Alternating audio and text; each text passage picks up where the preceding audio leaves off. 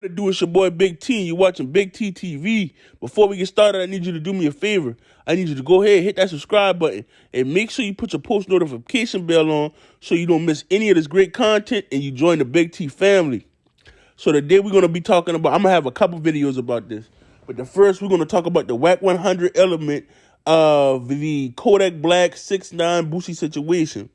So Wack100 goes on Instagram and he says, he posts a post with the check that Kodak Black received, $1 million check, and then he says, for all y'all thinking Kodak Black is capping, nah, I'ma stand in the gap for those that stood for me. Mama, he live again 2.0. This man showed up for Wack respectfully.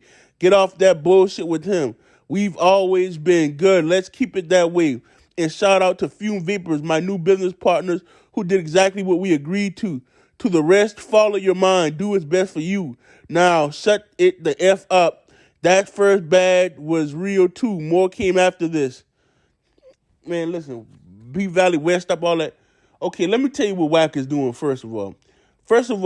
But you know, and Kodak better pay attention. Wack is understanding, you know, he's been in this game, so he understands it's all about relationships. So now he comes in, he's defending Kodak Black. He's just trying to establish a relationship with him. By establishing a relationship with him, Kodak being a commodity, basically a product, he is establishing a relationship. So now if he has an artist, maybe he can get a deal, get a feature from Kodak, because he done put himself in the middle of this situation, giving Kodak bread. Now I'm standing up for Kodak. Now, so it makes him seem like, you know, you see what I'm saying? Like, y'all got to understand what Wack is doing, man. And don't be fooled. Now, he telling Boosie, you know, we always been good. Let's keep it like that. Listen, man, I understand this West up over there and all that. Down south, Wack, you don't hold no weight, bruh. You don't hold no weight down south. You might know Birdman, who you don't hold no weight down here, man.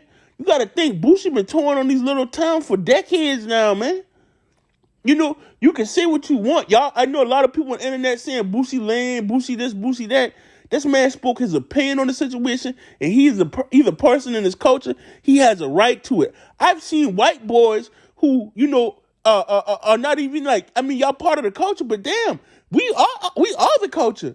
How the fuck y'all opinion? So y'all can speak y'all opinion, but Boosie can't speak his opinion on the situation about a Mexican boy who insisted on getting young black men locked up, and y'all are mad about it?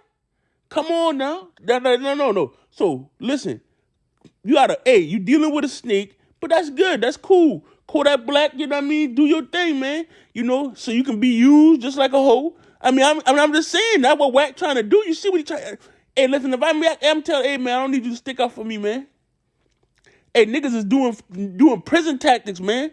You know what I'm saying? Like, no, I don't need no favors. Everything, every favor ain't a favor. You feel what I'm saying? Like, hey, listen, you don't need a favor. I'm just telling you some real shit. Like, I've been in the streets. You see what I'm saying? Like, so, like, you don't always want a front from a nigga, man.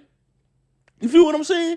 Because when you get a front from a nigga, it almost like how you working behind. You know what I'm saying? You know what I'm saying? So it's just like, you got to pay attention to that. And I mean, I don't even care, man. Kodak, do what you do, because I don't consider him a street rapper anymore. I consider him an entertainer, and that's cool. Everybody ain't even bought that, but I mean, it just is what it is. But my thing is like this: don't pretend to be a guy who's standing on street codes and morals and principles, and then you put out music and these little kids listen to that shit, and you don't even stand on those same code and principles. You know what I'm saying?